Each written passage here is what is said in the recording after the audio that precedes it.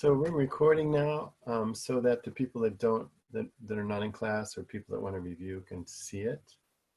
Um, okay, let's go first of all to this one. I haven't put this on your. Oops, sorry.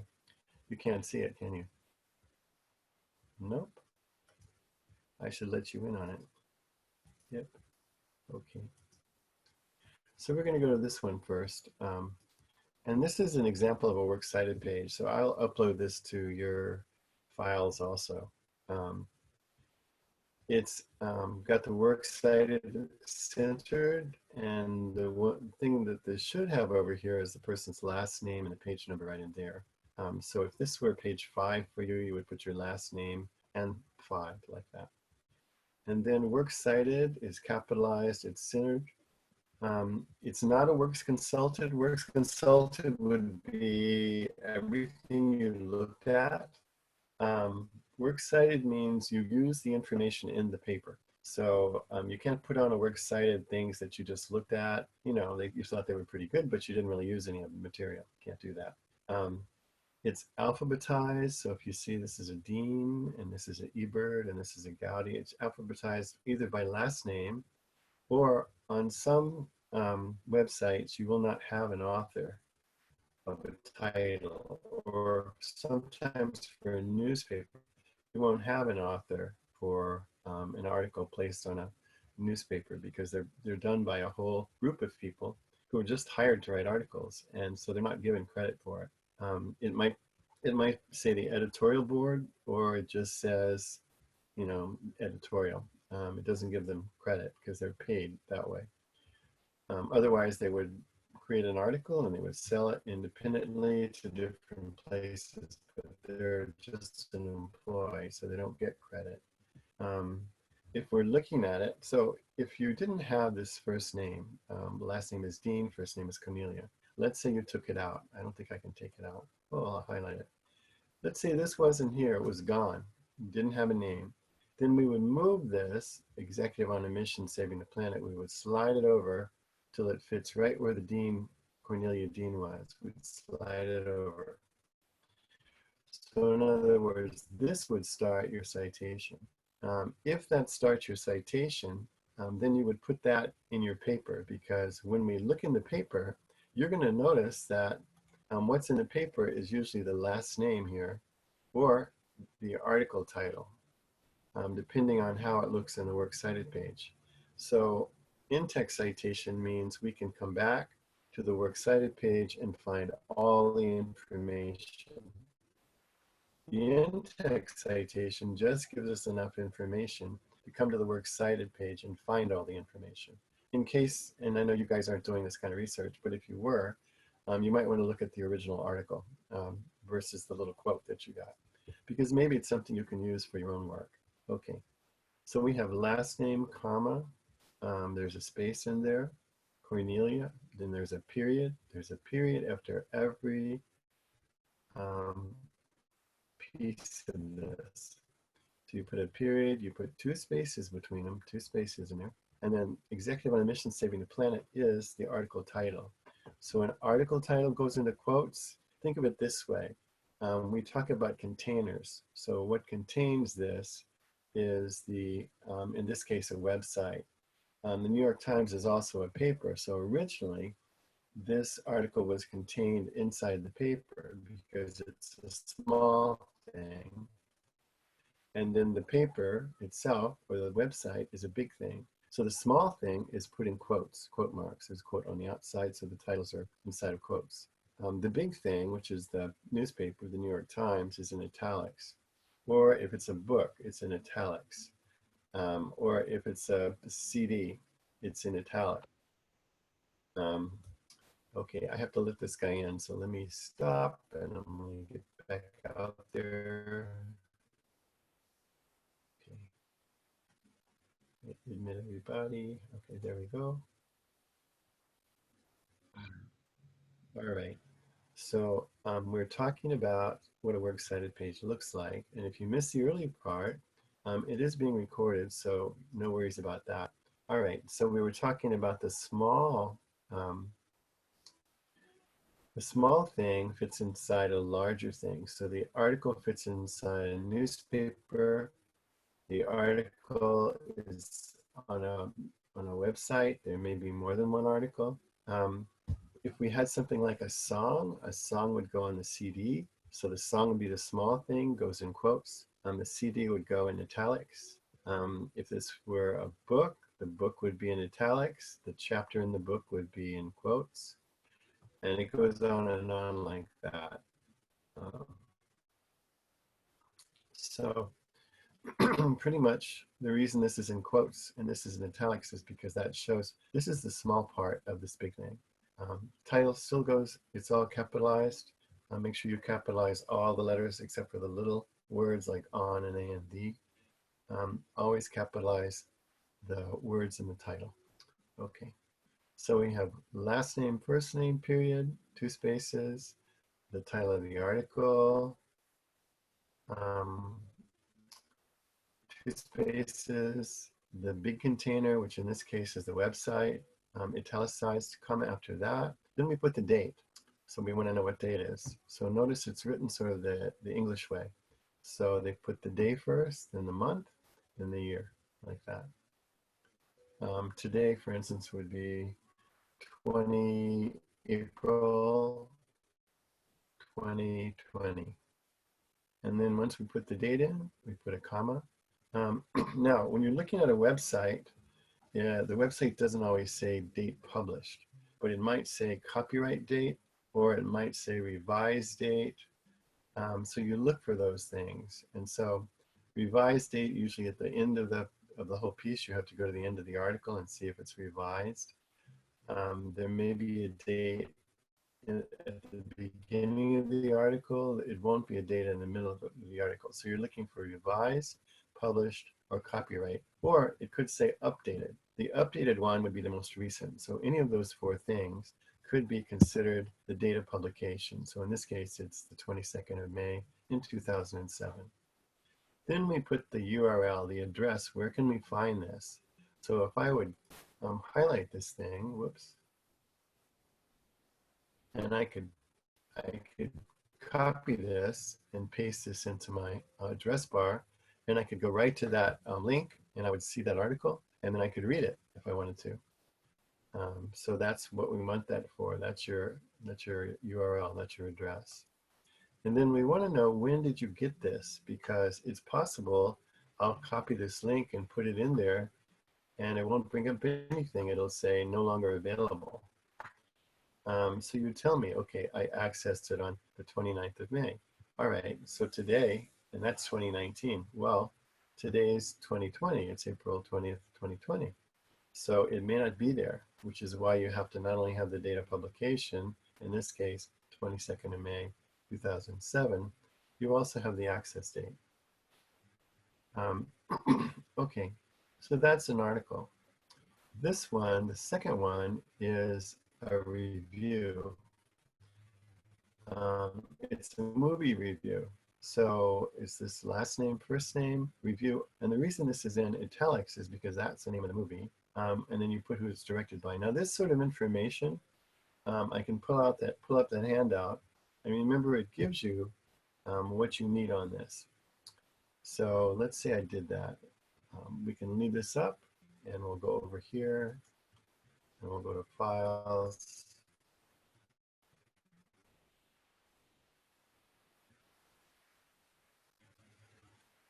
And this will come up. And so we're looking at the research stuff. We'll click in there. It'll open it up. And then we want to know some examples. What does it look like? And we would have this folder come up. And if we look down here, and we're looking for, there's Works Cited page. They're telling you the things you have to have. There's a book, there's a website, there's an article on a website, videos on the internet, so you can see this is what a video looks like. Tweet, library and online databases, and then miscellaneous sources, so emails and personal interviews. Um, okay, so if you can't find it on this particular thing, and if we were looking back where we were,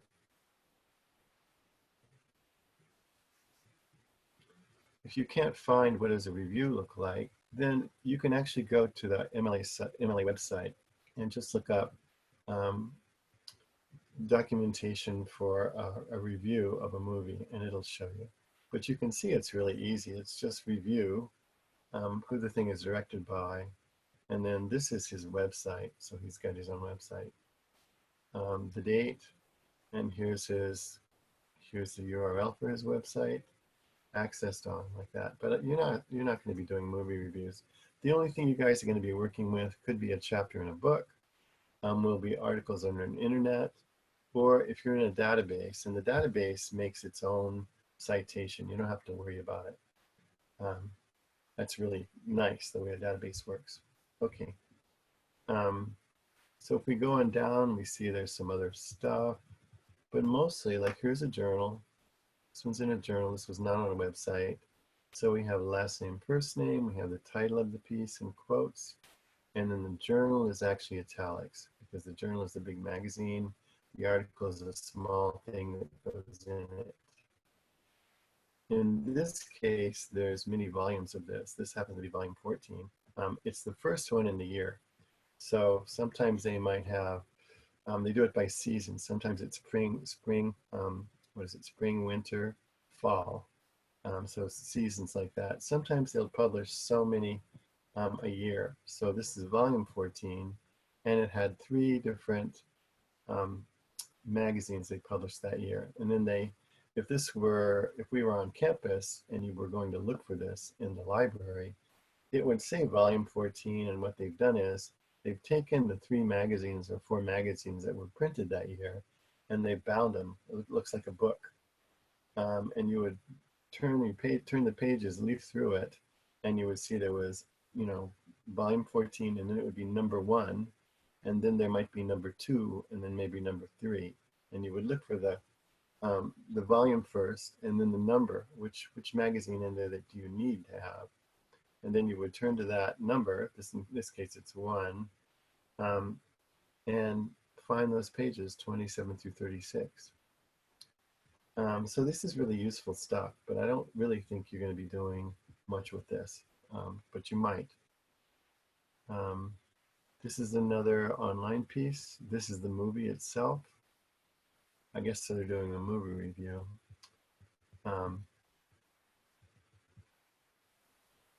They don't appear to have a database.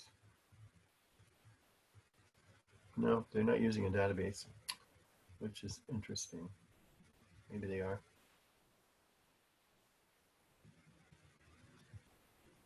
Yep, this last one is a database. So this person went on EBSCOhost. And if you go on EBSCOhost, you don't have to make this. Off to the right of the page, it has a little thing, and it says Cite. You click on the Cite button, and you choose MLA, and it just makes it. And then you copy it, you just copy it, and you paste it here, and you're done. So you don't have to do that. So the main ones you guys are going to be doing are the articles, which I think that's pretty much it, and possibly chapters and books and the databases. That's all you guys are going to be doing. So I think you're good there. Okay. So we looked, I think last time, oops. We looked last time at some research information. This is it. Okay. So we looked at what paraphrasing was, just to remind you. And it explains what a paraphrase is. So if you missed the last class, you want to do that. It's basically putting something in your own words. Most of the things you do will be put in your own words. You still have to cite the source because it's still an academic idea. It's not yours. So it explains how to paraphrase.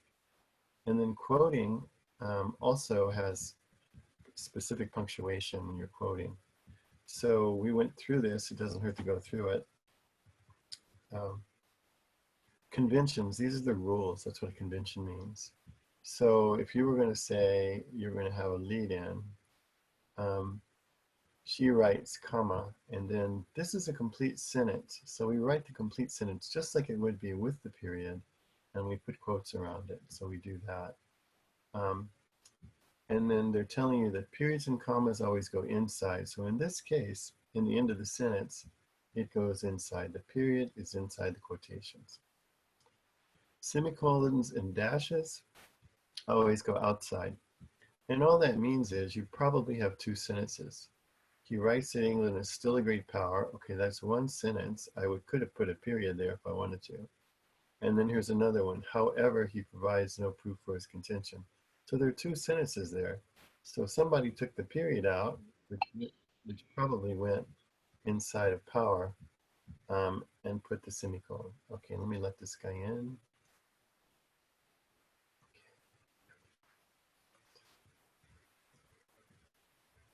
All right.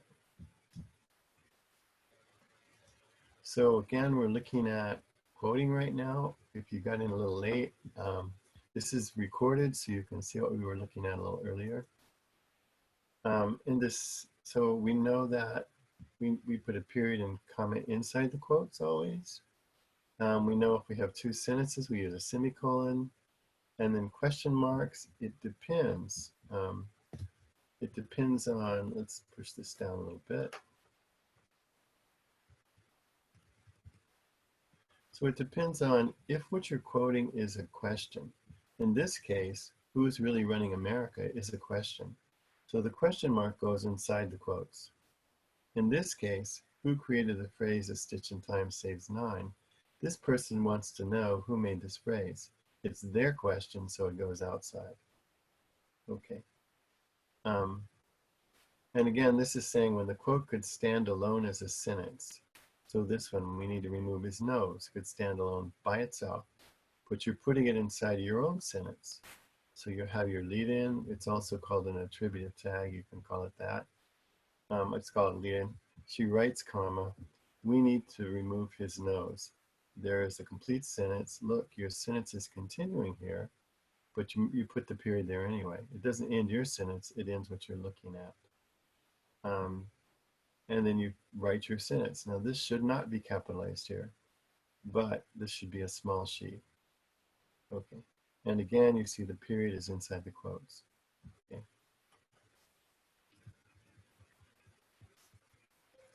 So this is just, we can look through this whole thing and it goes over it again.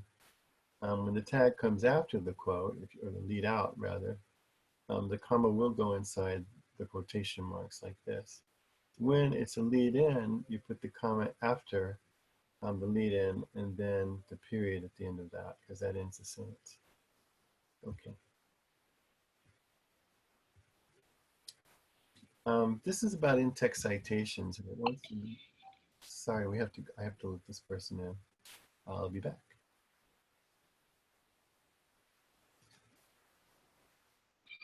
There we go. Okay, so we're looking at punctuation now. If you came in a little late, it's being recorded. All right. Now we looked at punctuation on the other page. On this page, we want to know, should I tell the reader where the quote came from? Yeah, you always have to do that. And so the way you do that, if you you go back to the works cited page. So if we were going to do that, we would go, let's see here. Oh, I think I put it down. So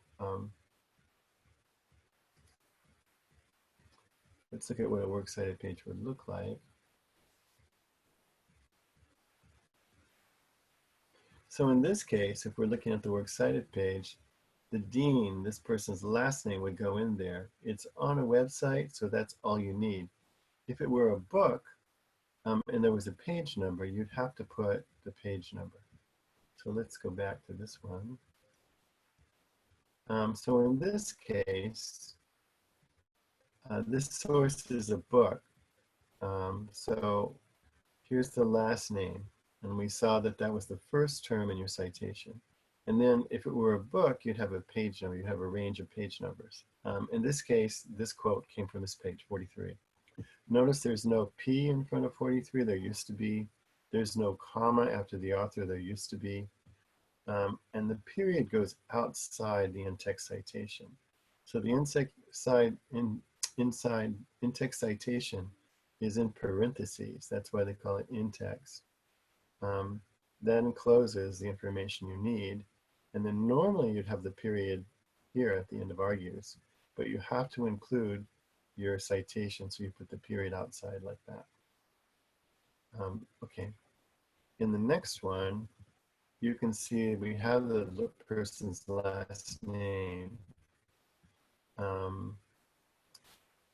And here's the quote that we're working with. So all we're going to need, instead we won't need the last name and page number, we're just going to need the last name and there's a period. Source from an internet, which is more likely what you're going to do, won't have a page number. Now, even if you printed something off and your pages that you printed had numbers on it, page numbers, probably not page numbers.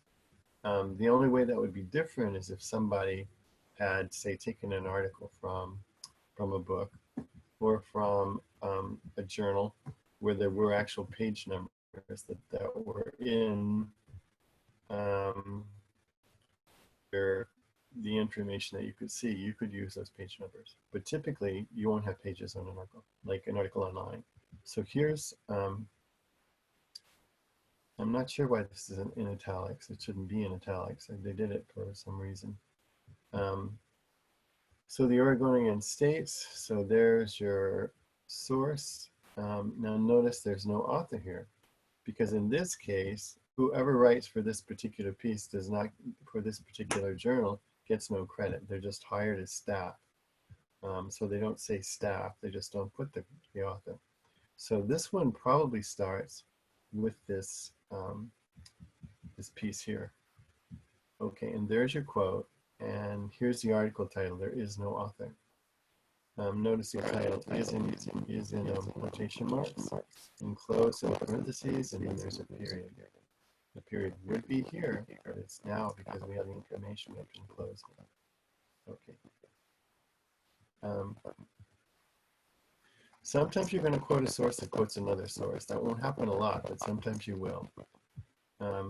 You can do this, quoted in this other person. So according to this person, they quoted something by somebody else. So you would put that rather than give this person credit. Okay. So basic rules like that. Let's see. Let's look at this one for a minute.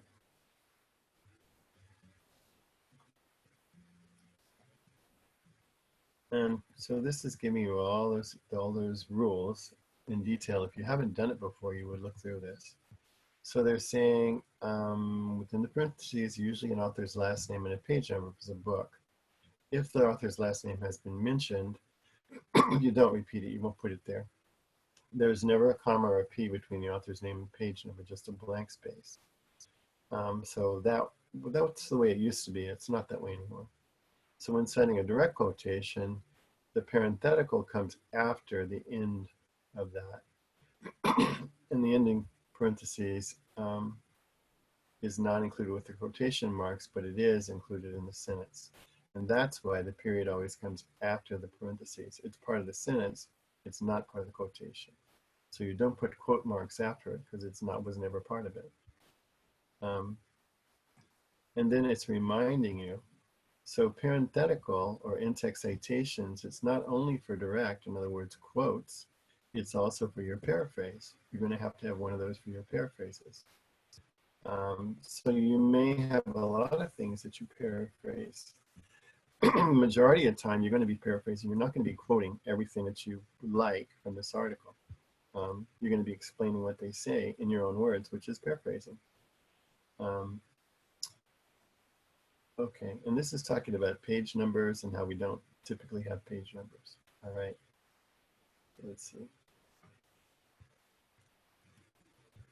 Now, if we look at the exercise, did we do this the other day, guys, with you guys?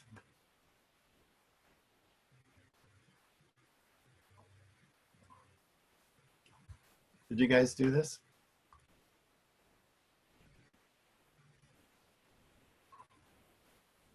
Christina, were you here? Did we do that?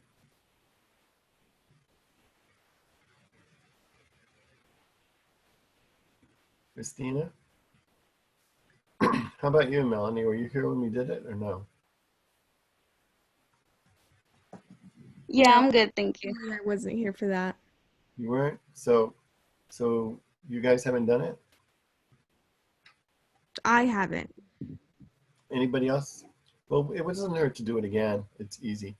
So let's look at that because I think a little practice when you're doing it for yourself doesn't hurt. Okay. So in this one, we just want to know if we have anything wrong in there. So we have this sentence. It's got the quote in it. It's got the period inside the quotations, which looks good, but we have an in-text citation. So Melanie, tell me, is this correct or what do I need to change on this one?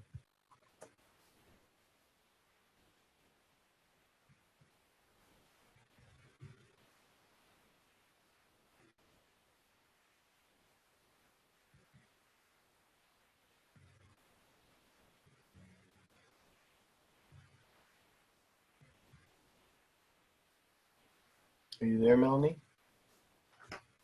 Yeah, I am. Would there? Yeah. You can think out loud. So let me ask. Yeah. I'm not so sure. Well, here's a problem for you. We've got a period here and we've got a period there. Okay, so it would be a period on the end of the page 287, correct? What did you say? I said, would you remove the period at the end of that? Well, no, because now it's part of the sentence. We want it to be in the sentence. So we would have to get rid of this one. This is where the period used to be. That was the end of the sentence. But then, like let's say you did it. You wrote the sentence and you go, wait a minute, I have to put in text citation. So you get the information, you put it there, and you put another period because you know it's supposed to be part of the sentence. So actually you would have to take this first period out. This would go away because the sentence goes all the way to there. It just doesn't go inside the quote. We wouldn't take this piece right here. We wouldn't take this piece and stick it inside of there. We wouldn't do that. Okay. All right, and one more thing. What about inside of it? Does it look right or do we need to fix something there?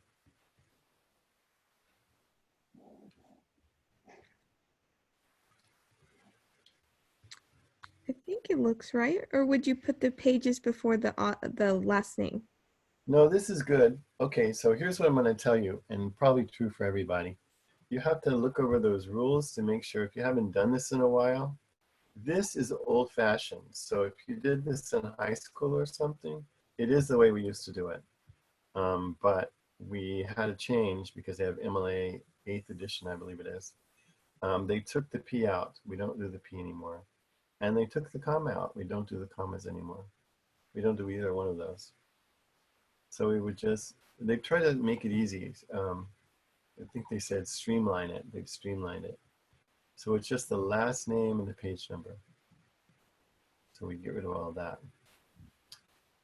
Okay, can you do the next one? Number 2.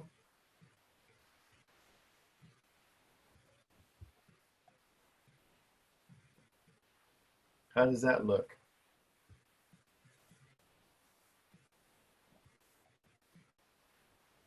That looks okay. She needs to take out the comma.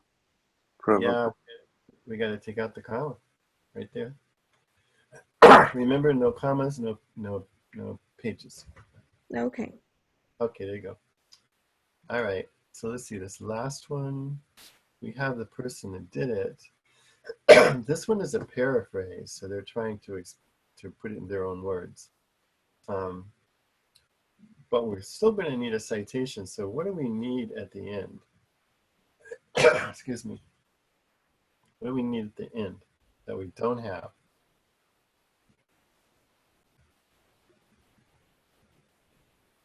Who knows? Page number?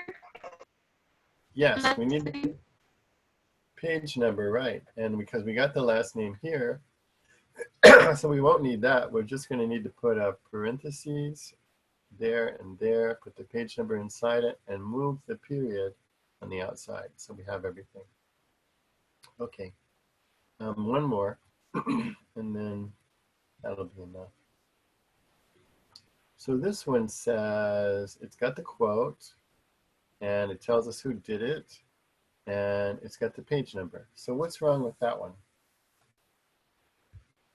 Comma and dot. Comma and the dot?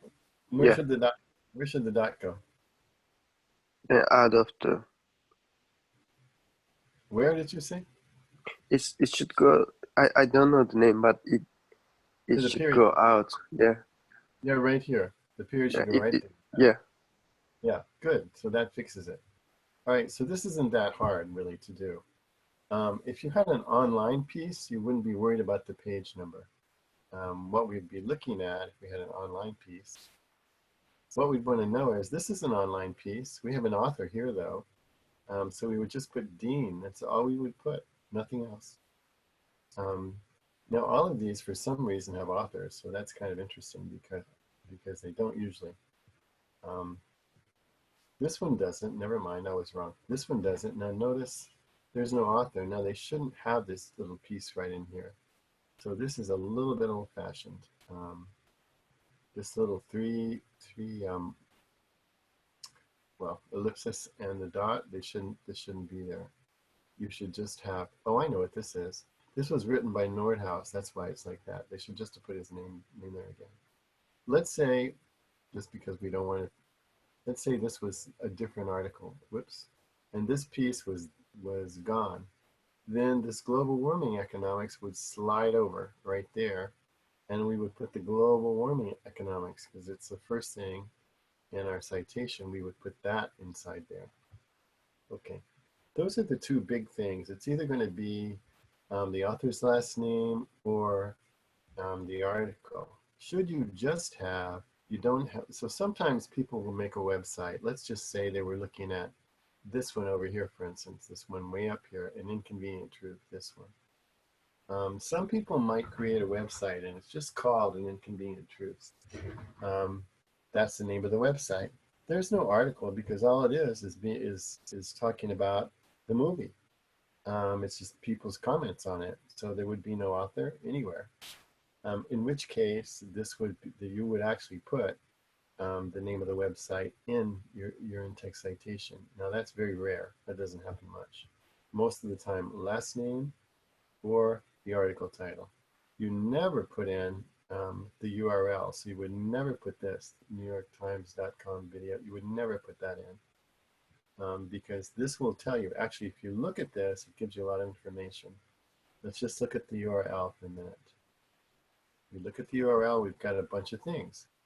Clinton on climate change is going to be the name of the article. It's right in there. It's right in the URL. You can find it. Then New York Times. I have the NewYorkTimes.com, so I know this is the name of the website. This is probably the section in there. It's under World and then Americas. It's probably like that. So the website is set up that way. But for my use, all I really need to know is the name of the website right there, NewYorkTimes.com, and the article title, Clinton on climate change. There is no author in there, but you can find that information. If all you have is a URL, you can find some information. So it's good to look at that. Because sometimes it's difficult to find the information, and you can just go, well, let me just look at the URL, see what it is, and it makes it easier. Okay. So do you guys have questions on that, how that works? Any questions on that, how that works? Okay, so this is just basic stuff I wanted to sort of show you. The older videos, and what I did is I put an announcement on your web page, and so the older videos are in that top announcement, that last announcement. Let me show you that just so you can see that, because it's all the videos we actually have done so far, all the Zoom videos. So if we were looking at that one, oops, get out No? If we were looking at that one, I had to go to the other school because I didn't have some of these files uploaded, and I can't upload it from this computer because this computer's, I have 3 computers here. This is the only one that works with Zoom, but it has none of my files on it, so I have to go to a different computer to upload files. But on this website, if I were looking at the home page, which will come up in a second, this is where you guys are. This is where you guys go. What this shows you up here is the activity.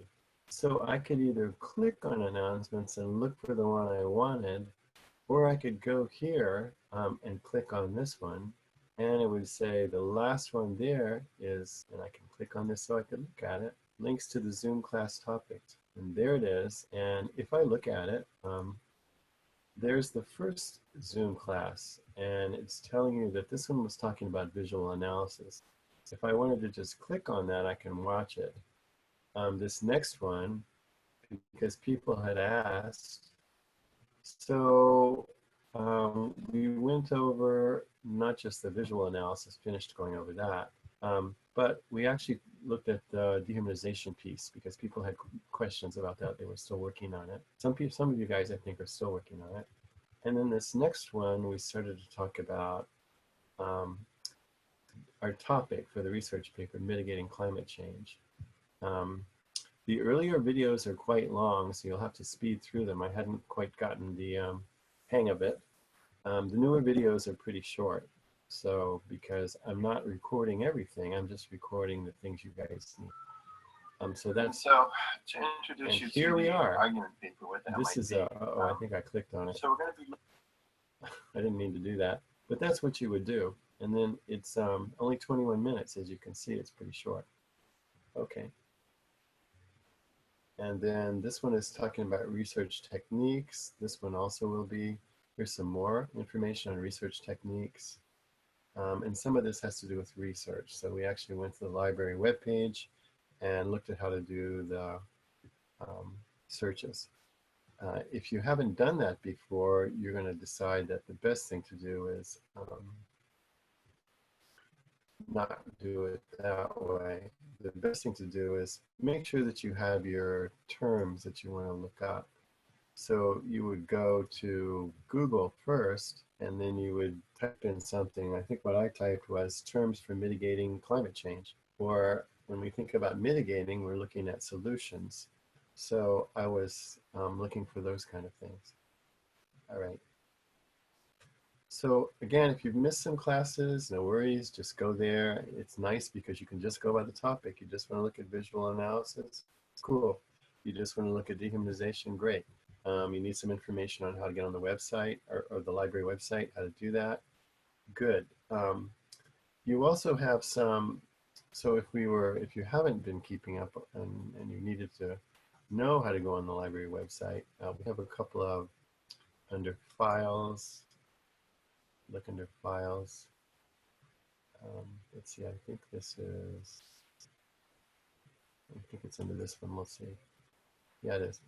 So it's under the research part. If I clicked on this first one, library information, there's going to be some links. These are links to videos. This is about databases. This one's about how to search on a scholarly journal. But better than that, these last two are done by our own library. So this one explains you how do you log in, how do you look at your sources from home. They do a basic search. This one is a more sophisticated search, and they tell you a couple of ways to find things even better. So these two would be really helpful for looking in the library. But before you do that, make sure you go to Google and you know your search terms. So I was playing around with biofuels, but actually all I had to do was type in biofuels on the library website, and I would have gotten the information I wanted, where I could have just done biofuels and climate change. I could have done just those. I didn't really need the word mitigated because biofuels in itself is a mitigation of the regular oil that we use. So try to find your terms. Something else that I've placed online that I want to show you today, some new stuff. Let me get there. So I gave you guys, let's see where that would be.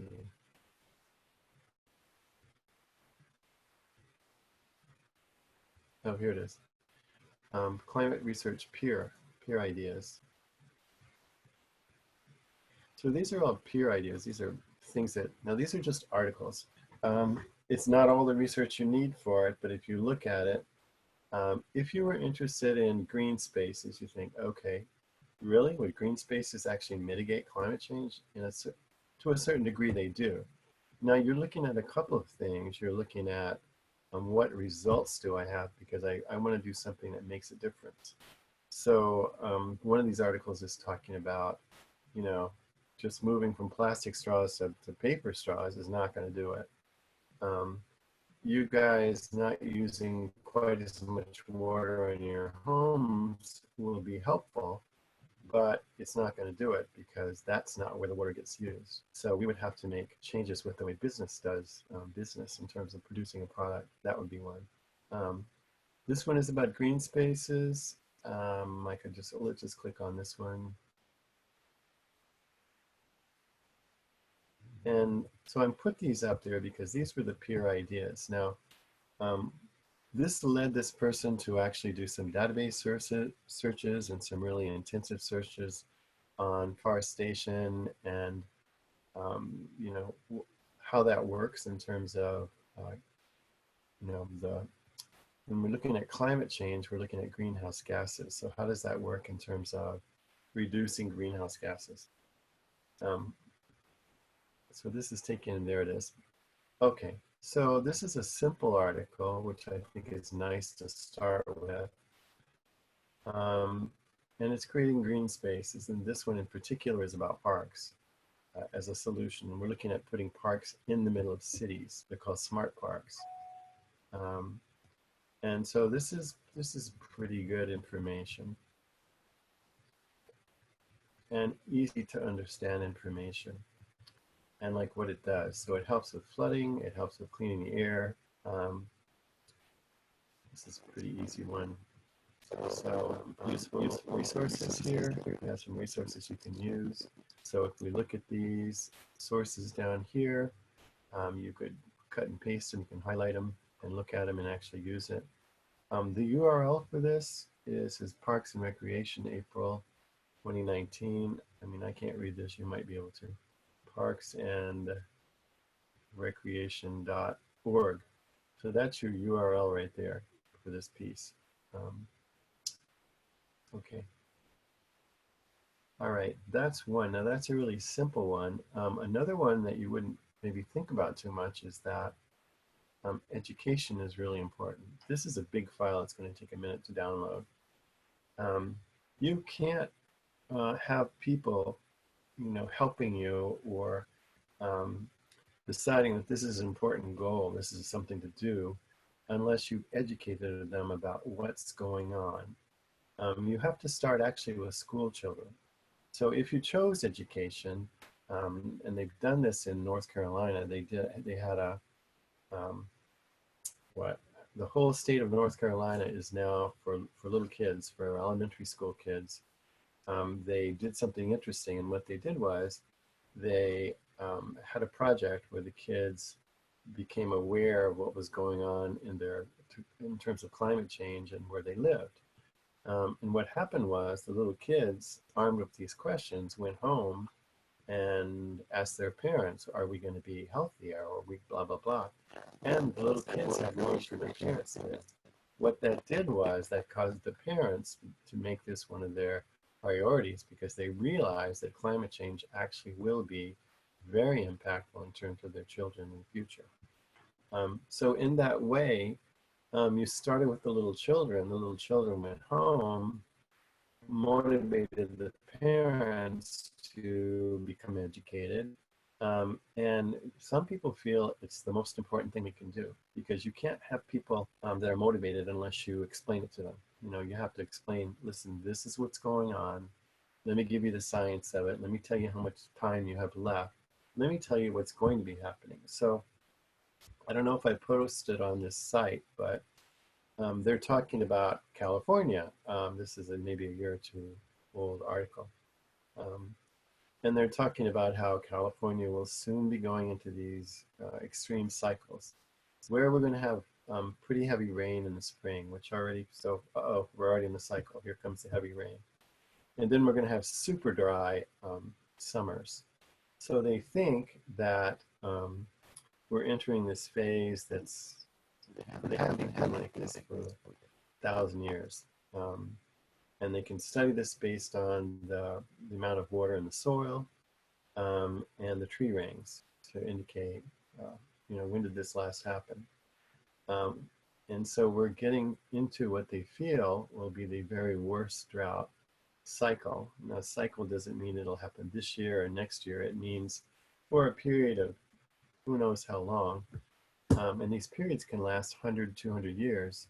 There simply won't be enough rain. We've been working on groundwater in California. That's how we have water. We don't have rain in California. Haven't had it for a while, since I think probably the 90s, where we had pretty good rain. The 90s were a very unusual period in the history of California. Lots and lots of temperate weather. Everybody moved here and they're all happy about it. It's beautiful. And now we're moving back into what's a typical cycle for California. Not just a typical cycle, but now it's been exacerbated by climate change. It's going to get worse. So knowing these things means that we would commit more money to fighting it, that we would be serious about it. I had a friend from Australia that came. I think she came with her daughter about maybe even as much as 10 years ago. And, at that point, I was watering my lawn, and she was amazed. She says, "How can you water your lawn? You have the same climate cycle that Australia has. How can you do this?" Well, 10 years ago, we didn't know in California. We were not educated. We were idiots. And that somebody coming from Australia who knew very well what the situation was she was trying to tell me, listen, this is stupid what you guys are doing. You're wasting your water. The fact that you have water is a blessing. So, and now, finally, we all understand. We can see what's going on. We haven't even begun to have the worst part of it. Although the fires in California have gotten extreme, and they will be getting worse and worse, is how that's going to go. We won't have trees in California. So educating the public, this is a long piece. This is a pretty involved piece. Notice it was November of 2019, so it's very new. It's good stuff. It's got statistics in it. It's got facts in it. And it's got some websites here right away that give you other resources. It's got great stuff.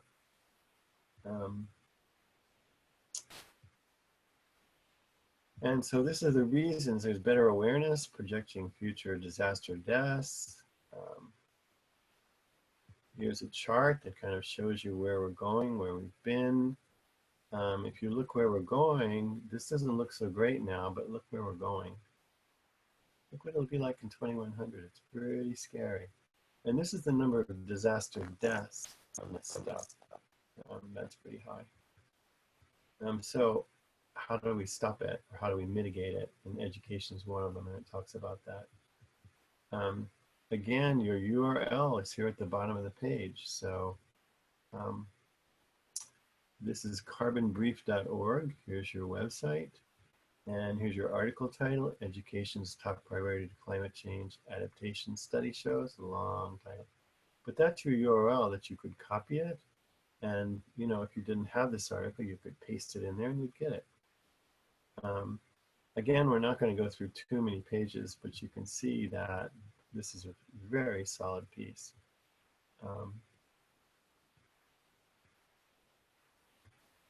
Lots of information.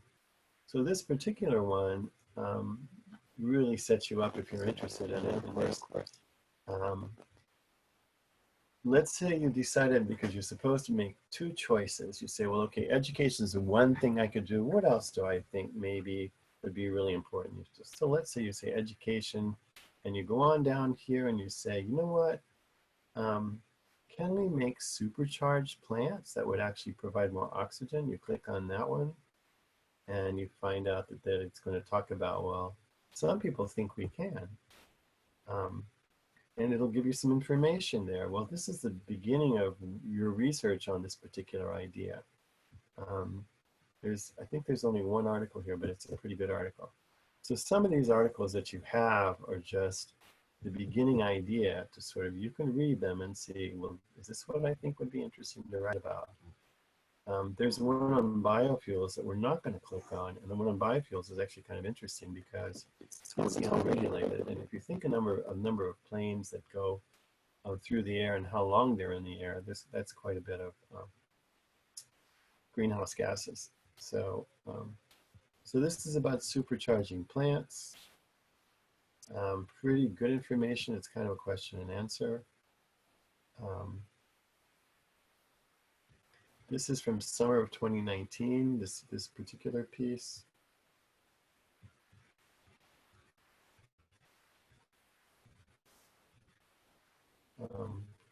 And so that's one article. Here's another article.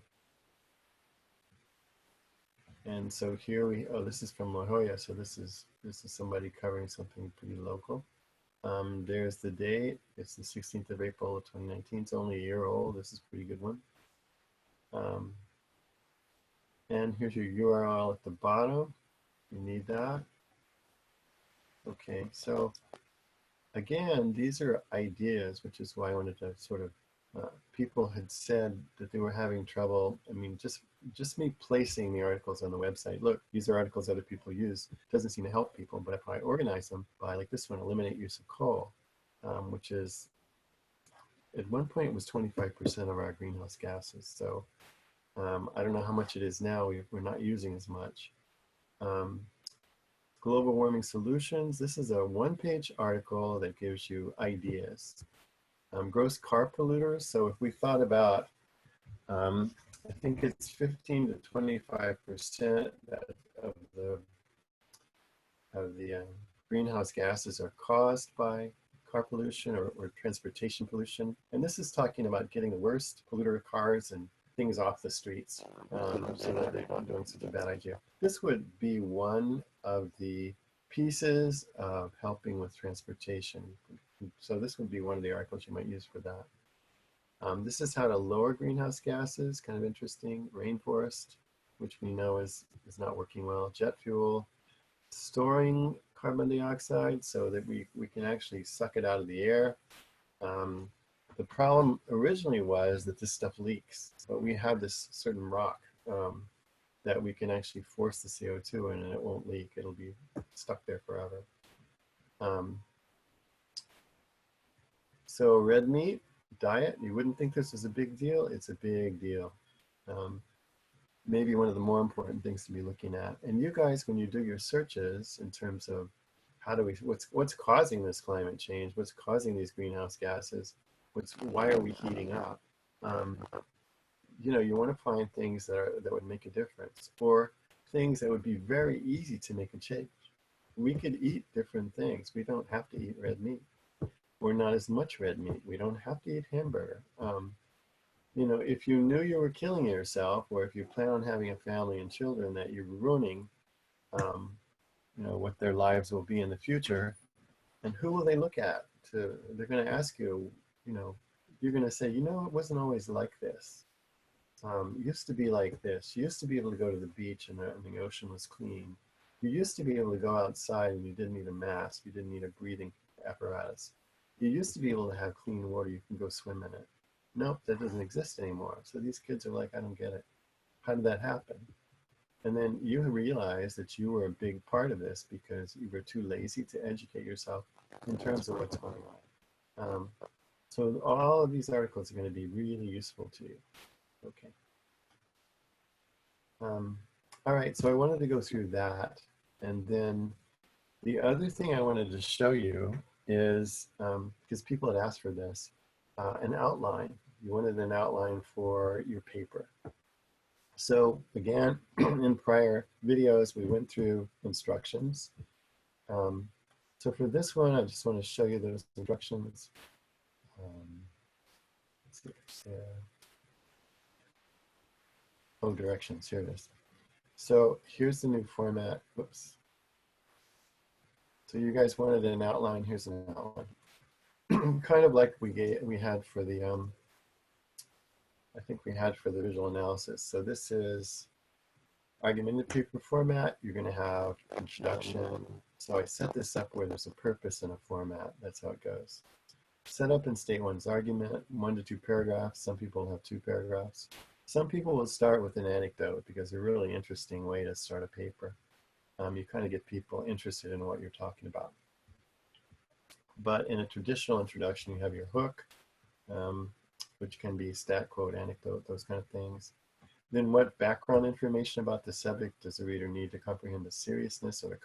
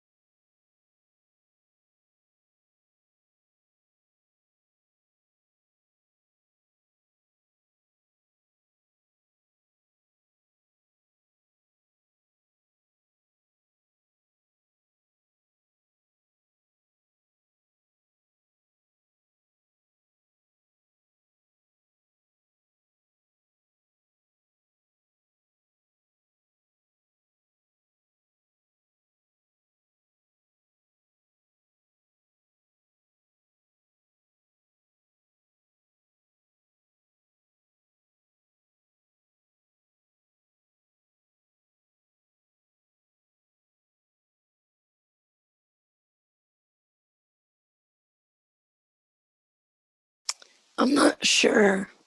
Everything just went mute, so I can't hear you anymore. I might have to leave and come back.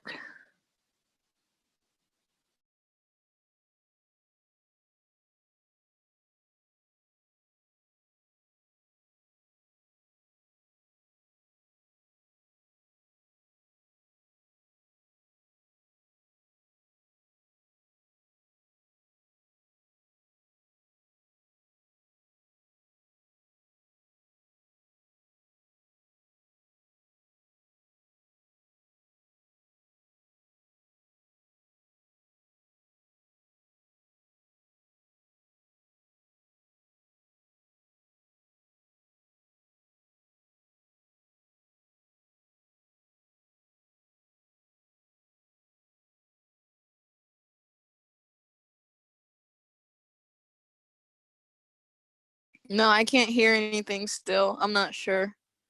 I might have to just exit.